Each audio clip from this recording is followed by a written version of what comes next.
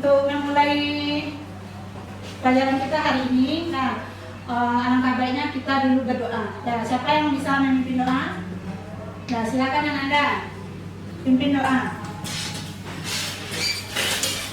Disembah dulu, siap, hormat, tegak, udah mulai.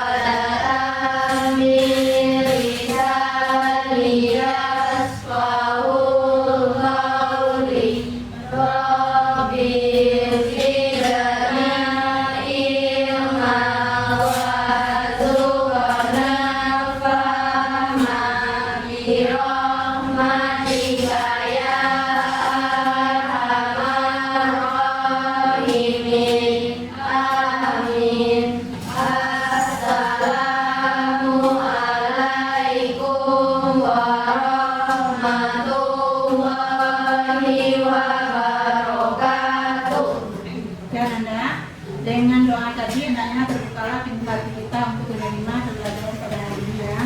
Nah, selanjutnya diperhatikan lokal kita sudah bersih ini. Nah, sekarang Ibu mencek kehadiran siapa yang tidak hadir Anda? Anda kemarin si Teguh masih sakit? Ya, Bu. Ya, nah, sudah dijemuk? Sudah dijemuk Anda? Sudah doakan. Sudah ada baikan? Nah, kita doakan semoga nanti dia bisa cepat sekolah dan beri jasa ya. Nah, selanjutnya Anda sesuai dengan kesepakatan kelas kita, Anda masih ingat nggak kesepakatan kelas kita?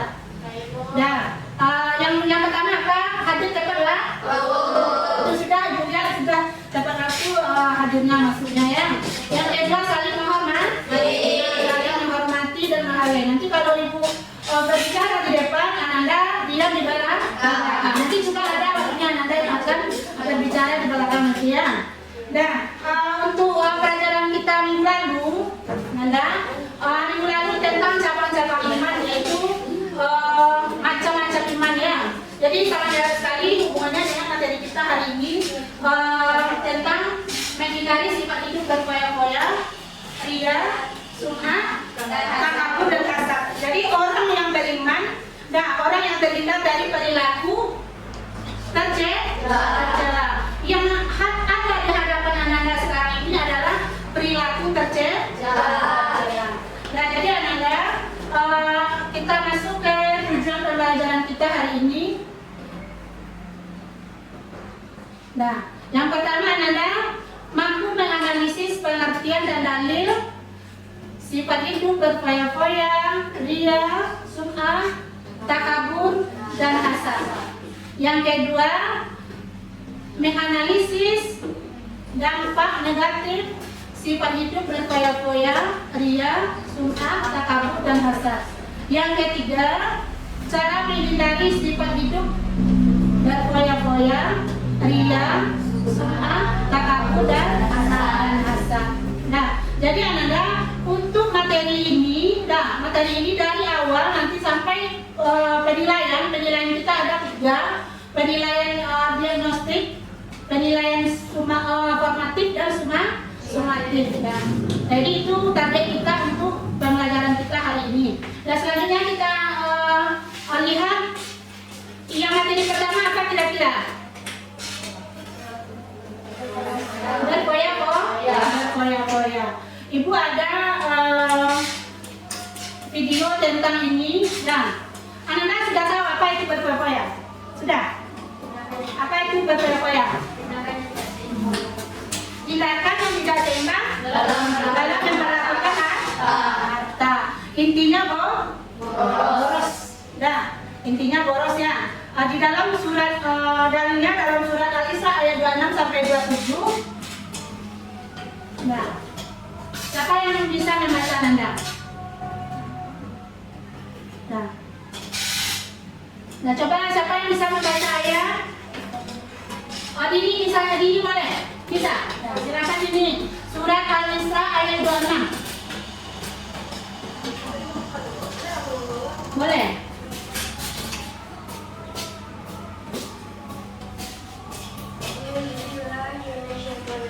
Bismillahirrahmanirrahim. Bisa? Wa'ati dan qurba haqqa wal miskini wa bana. Sudah Anda? Nah, siapa yang bisa menyimpulkan tentang video ini? Ya, coba Anda. Ya. Silakan. Seorang sekolah yang menyalahgunakan uangnya untuk foya-foya, jadi uang sekolah yang dikasih oleh kakaknya. Boleh? Jadi video tadi bisa Anda lihat bisa mudah terjadi dari kita. Ya. Kalau kita di sini intinya kita harus jujur. Ya, membiasakan sifat kita harus jujur. Nah, kalau kita tidak jujur kan akan pergi ke diri kita juga. Nah, siapa nanti yang akan membayar uang sekolah yang sudah kita ambilkan untuk belajar. Nah, selanjutnya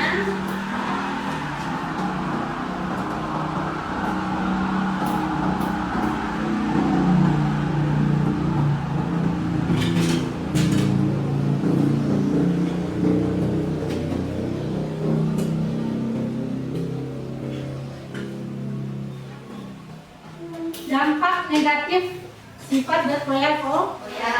Coba lihat anak-anak siapa yang bisa menyebutkan?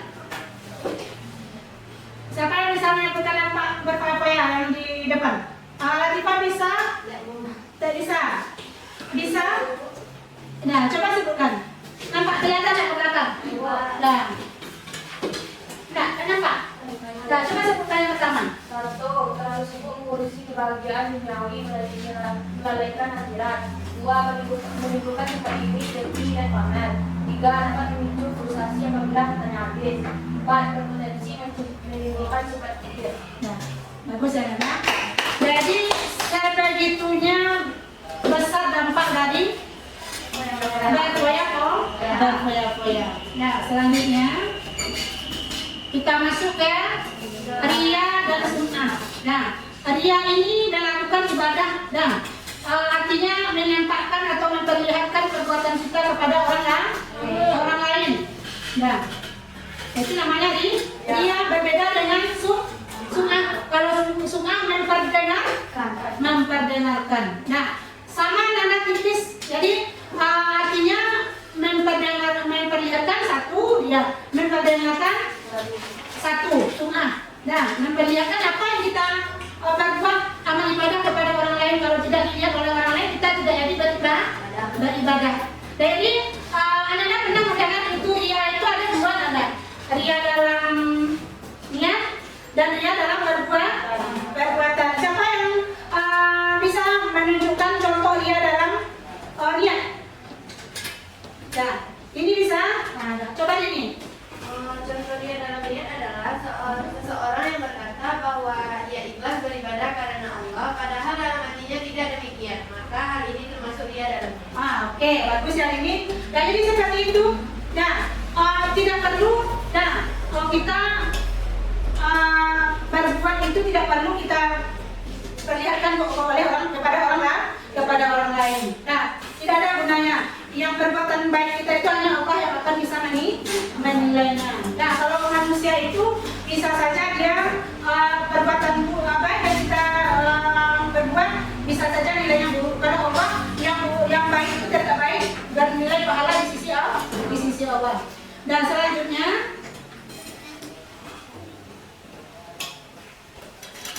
nah, kita lihat tadi ya. Takabur lagi. Anda sering dengar takabur? Nah, takabur sombong, merasa diri kita lebih daripada orang lain. Padahal kalau kita tahu di atas kita masih ada, di atas langit masih ada masih ada langit. Jadi kita kaya kata kita cantik kata kita apalah yang bagus-bagus, padahal masih ada orang yang lebih bagus daripada kita.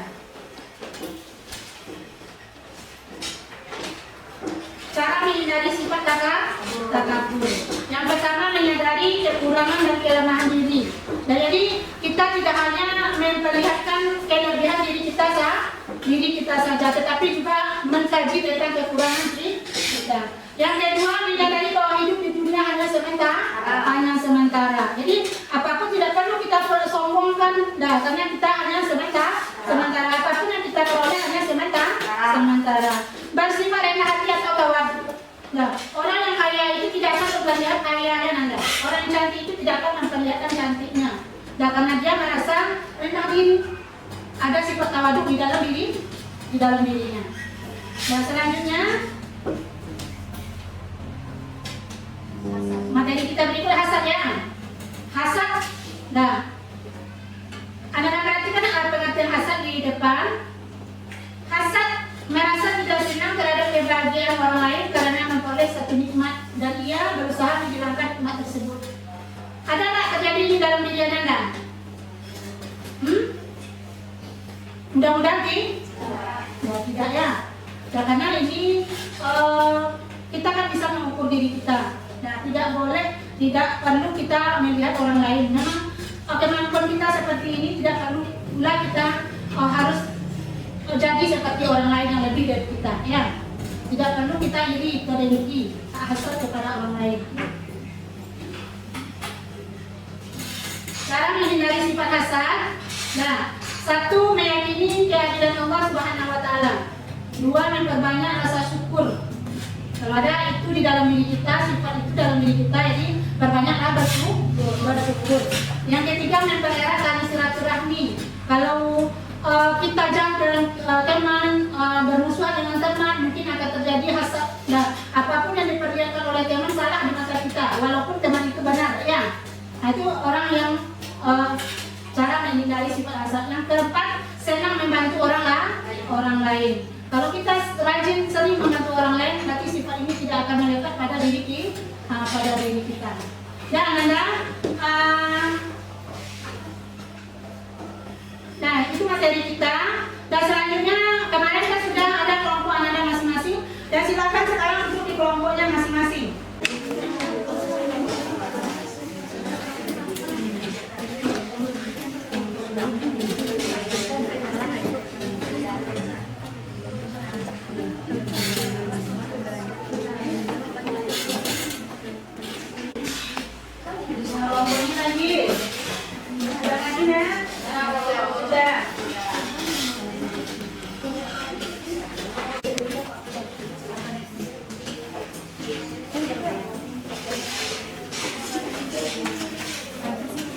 Mengerti Nanda caranya Nanda biasa Nanda?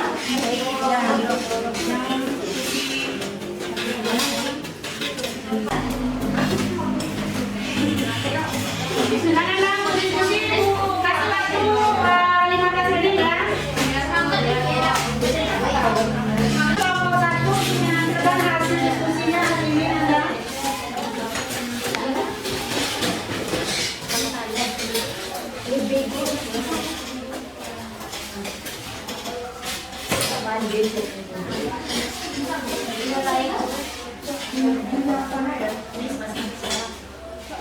Nah, yang lain tolong dengarkan ya, dan perhatikan ya. Kalau nanti ada pertanyaan, silakan nanti bertanya. Satu orang satu kelompok. Silakan kelompok satu.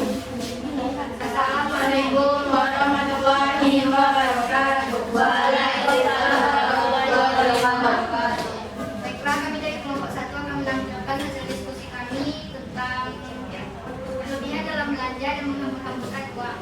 Yang pertama, secara kodrat alamiah, manusia memang memiliki tabiat mencintai harta. Pada saat ada uang dan hartanya melimpah, perilakunya bisa berubah menjadi lebih konsumtif. Mengapa bisa demikian? Hal demikian terjadi karena mereka merasa bahwa kesenangannya bisa terpenuhi sehingga sekunder akan meningkat dan membuat mereka menjadi berfoya-foya. Yang kedua, bagaimana agar bisa terhindar dari sifat konsumtif? Yang pertama, membuat anggaran. Yang kedua, membuat daftar belanja. Yang ketiga, jangan membandingkan diri kita dengan orang lain. Dan yang keempat, tetapkan tujuan keuangan. Yang kelima, menyusun skala prioritas. Yang ketiga, ditinjau dari bentuknya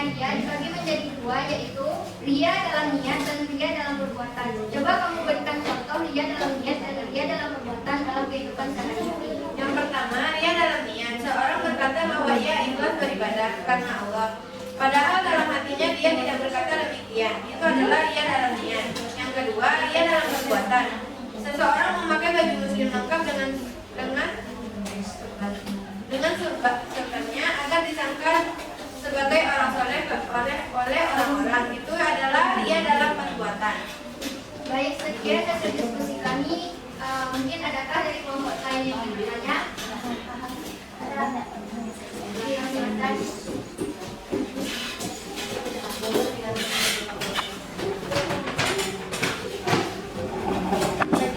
Saya Junita Sayuri dari kelompok 4 akan bertanya tentang ditinjau dari bentuknya, ria dibagi menjadi dua. Apa saja itu? Mungkin ada kelompok lain yang bisa menjawab Ananda? Kata. Ria dibagi dua, yaitu ria dalam niat dan ria dalam perbuatan. Ria dalam niat adalah seorang berkata bahwa dia ikhlas beribadah karena Allah, padahal dalam hatinya tidak demikian. Maka ini termasuk ria dalam niat. Ria dalam perbuatan. Seorang memperlihatkan keadaan yang buruk melalui perbuatan agar disangka sedang berpuasa dan menghabiskan waktunya. Dua, seorang memakai baju muslim lengkap dari tubuhnya agar disangka sebagai orang soleh. Tiga, seorang memperlihatkan tanda hitam di dahi agar disangka sebagai ahli sunnah. Nah, boleh duduk Nanda. Nah, bagus sekali lah jawabannya. Sekarang, nah, apa lagi? Untuk menyimpulkan mungkin dari materi yang kelompok 1, silakan. Iya. Baiklah, kami dari kelompok 4 akan menyimpulkan materi hari ini. Secara keseluruhan materi ini mengajarkan pentingnya pengendalian diri, keikhlasan, kesederhanaan dan rasa syukur dalam menjalani kehidupan, serta bagaimana menghindari efek negatif yang dapat merusak hubungan kita dengan sesama manusia dan dengan Allah SWT. Boleh kelompok 1 sudah selesai? Baik, sekian dari kami. Terima kasih atas perhatian dan mohon maaf atas segala kesalahan. Kami sudahi dengan Assalamualaikum warahmatullahi wabarakatuh. Waalaikumsalam warahmatullahi wabarakatuh. Nah, terima kasih untuk kelompok 1 yang telah menampilkan hasil diskusi yang begitu bagus hari ini. Nah, mudah-mudahan untuk kelompok lainnya semakin cepat dan mana yang Anda. Nah, selanjutnya untuk materi ini tentang berfoya-foya ria sunnah takabur dan rasul ini, Anda bisa nggak menyimpulkan materi kita hari ini semuanya? Siapa yang bisa menyimpulkan? Data itu saja yang menyimpulkan. Ya, itu saja menyimpulkan ya. Materi ini adalah perilaku tercela, nah, yang tidak tutup kemungkinan ada di dalam diri kita setiap hari. Nah, jadi untuk itu kita sebagai umat Islam, orang yang beriman, tentu harus menghindari perilaku ini supaya tidak mempengaruhi kepada amal perbuatan kita. Oleh sebab itu, Anda Islam menjadikan yang 5 tadi, berfoya-foya, ria, sunnah, takabur dan hasad, merupakan perilaku tercela yang akan merusak keimanan kita. Anda untuk meneruskan salah kita yang terlalu berbeda menerima materi. Anda ini berapa? 1. Yang ini? 2. Kalau ini? 3. Kalau ini? 3. Yang ini? 2. Ini? 1. Nah, mungkin Anda untuk hari ini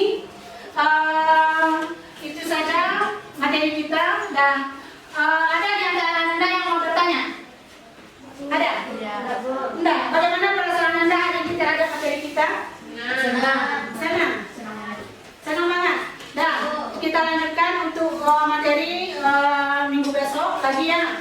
Dan untuk itu Anda, marilah kita tutup pembelajaran kita hari ini dengan bacaan hamdalah.